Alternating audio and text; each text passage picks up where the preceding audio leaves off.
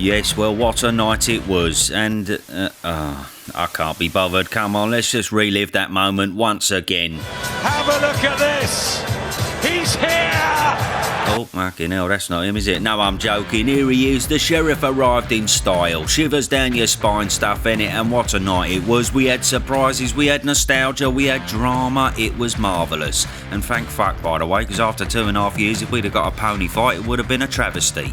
I mean, even Billy Joe Ruiz turned up. You're just sitting there. You're just sitting there. You're nobody, bruv. You're like an old big bouncer. You know what? What are you going to do? You're nobody. You're nobody. You're nobody. You're nobody. Yeah, bloody hell, he ain't changed, has he? I thought he was all kicking off because he'd eaten the fucking hand wraps. By the way, he reckons he's going to fight again. Could we ever see you for a Eubank rematch? Yeah, you will. You will. You will see it? You will, I'll say so, yeah. Okay, well then, yes, I bloody hope he does come back because I'm a big fan of old Bill, but it does look like it could be a while. Anyway, the standout moment of the night was old Senior rocking up. The stadium erupted and apparently the pay-per-views flew off the shelf after that. I mean, so much for all this. I'm gonna stand in your corner. You must be mad. You must be mad. I would never be in your corner. You're a disgrace. The fight's not going to happen because of, well, I've said it. The fight won't happen. All right, yeah, he changed his fucking tune, didn't he? But a big question is, was this always going to be the case? Were we all played like a fiddle, or was this a last-minute jobby? That's my son. That's right. That's why I'm here. I was always gonna be here. That's right, Rastafari. Fantastic, thank you very much. All right, were you now? Well, I mean, who knows? But if it was all a ploy and this was the plan all along, then fair play to the Eubanks. It sold the fight astronomically. I certainly got reeled in myself, hook, line and sinker. But then again, some people think it actually was a last-minute jobby. And tonight, as I said, Conor Benn becomes a hero. Do you know what made Chris Eubank Sr. decide to come? Oh, really? Let's keep the romance. Okay. Love.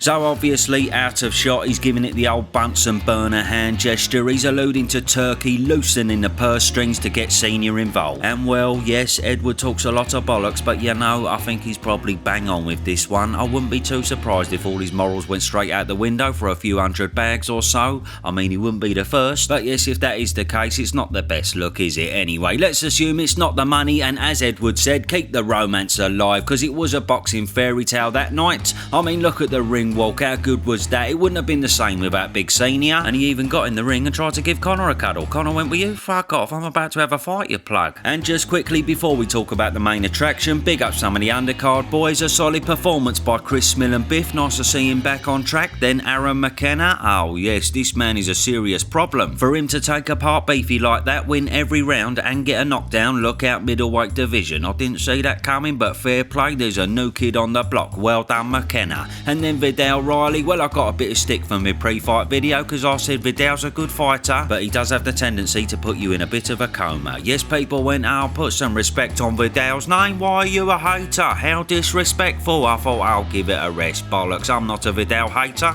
In fact, I picked him to win the fucking fight. I just thought ultimately Vidal and Chef's style wouldn't gel, which, let's be honest, it kinda didn't. Anyway, I think Vidal is absolutely wicked, and for him to go down the traditional route and not sell out on missed hits, this man deserves the ultimate respect, and he gets it from me. The fact is though, his last two fights prior to Chev Clark were pretty boring. He won them easily though, so fair play. He's just got that style that's hard to beat but not always fan friendly. As I said in the video, I knew he'd win this fight because his style is all wrong for Chev Clark, who's a come forward brawler, and Vidal was able to time him coming in all night and simply showed to be a level above. So yes, well done Vidal, mega congratulations for becoming British champion, what a legend. But what's next? Well, maybe a fight with Mosquea, the guy who also beat Chev Clark, or maybe Glanton, maybe Masternak, something like that, we shall see. And then finally, it was Yard versus Arthur. Well, we knew Anthony Yard was a warrior, but fair play to Lyndon. I didn't think he had that much of a dog in him, to be honest, but turns out he does. What a man, fair play. Overall, it was a bit scrappy, and Lyndon on the ropes all night meant he was never going to get the decision, so Yard done just about enough to win. However, I mean, weren't outstanding, was it? For all the guff that him and Tunde have been talking over the past couple of years, I'm sorry to say it, but he should be cleaning out fighters like Lyndon Arthur. You can't be leaving Frank Warren saying you're too valuable of an asset to need a promoter, then go and barely beat a journeyman, then have a close war with Lyndon, because then the math just ain't mathing. But having said that, okay, let's make the Buatsi fight now and stop fucking about. If Callum Smith is going to fight Benavidez, then nothing else has anywhere near the same appeal. So let's see it, double lively, O2 Arena, Lions in the camp and all that jazz bosh. But I've got to be honest though, as it stands, I can't see anything other than a Buatsi win. I do need to see it though for another reason, because I'm desperate to see Tunde pull this move in another open workout. Oh yeah, that was phenomenal, fucking hell. Anyway, then on to the main event, baby. Oh fuck it, let's see it again. Have a look at this. He's here.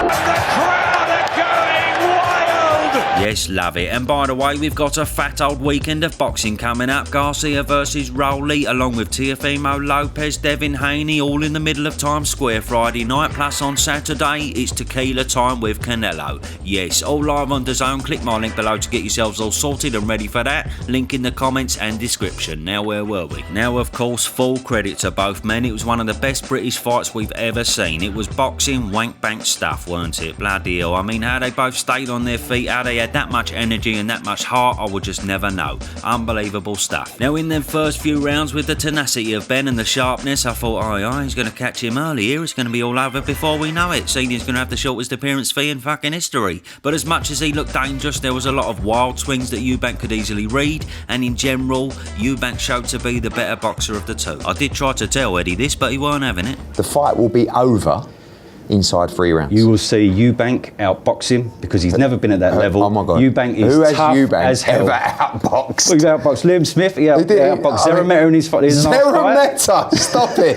Stop it. It's got to be fault, you muppet. Yeah, he's fought Chris Algieri. He was 1,000 years old. No, he fought, what about the guy that he fought who can't even remember went their name, points with Virgil Ortiz? Who? Can't remember his name. You're living in Narnia. And then once Conor began to slow in the mid-rounds for me, Chris was able to take over, impose his size and toughness and his experience to marginally claim yet another Eubank victory. For once I thought the scorecards were absolutely bang on. Now, let's address the elephant in the room. As good as Benn was, the power's just not there, is it? Granted, this is 2 weights above where he was originally sparking everyone out, and of course Eubank's got a very good chin, but even so, it just ain't. Fair dues though, he had a couple of moments where he had Eubank a tiny bit wobbly, but in no time at all he was recovered and ready to go again. And let's be honest, this is a big problem for Benn, because in terms of a potential rematch, this was the most dishevelled version of Eubank we are likely to ever see in the ring, and he just couldn't beat him. It was clear to see Junior rehydrated a decent amount after hitting 169 in the morning, but personally I still thought he looked a little bit frail in comparison to usual, so if Benn were ever going to have the best opportunity to win this fight, I think that was it. And even with an 18-foot ring, the weight clause, not to mention pissing him off by taking money out of his pocket for half an ounce, he just couldn't do it. So I struggle to see how he ever does, unless of course he lands an absolute worldy fucking haymaker. However, I'll take nothing away from Conor's gritty performance. He was sensational to watch in his determination to win the fight. He certainly is his father's son. And with that engine, he does cause a lot of people nightmares. I wasn't sure if he beats Barrios based on the Peter Dobson performance, but with that performance, he almost definitely does. And that was 15 months out the ring as well, so a bit of activity on top, he's going to be even better.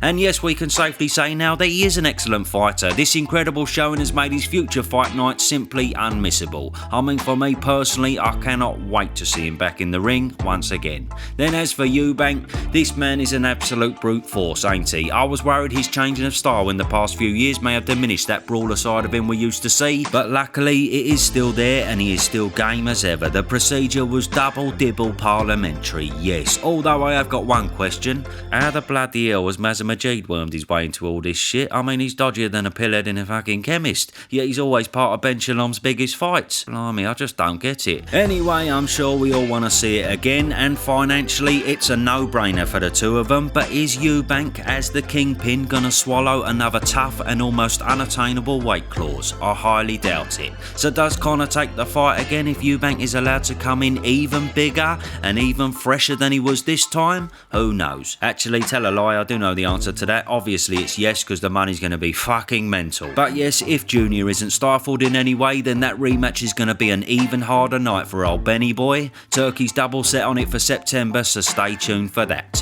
Don't forget, link below for the mega boxing on this weekend, and I'll see you later.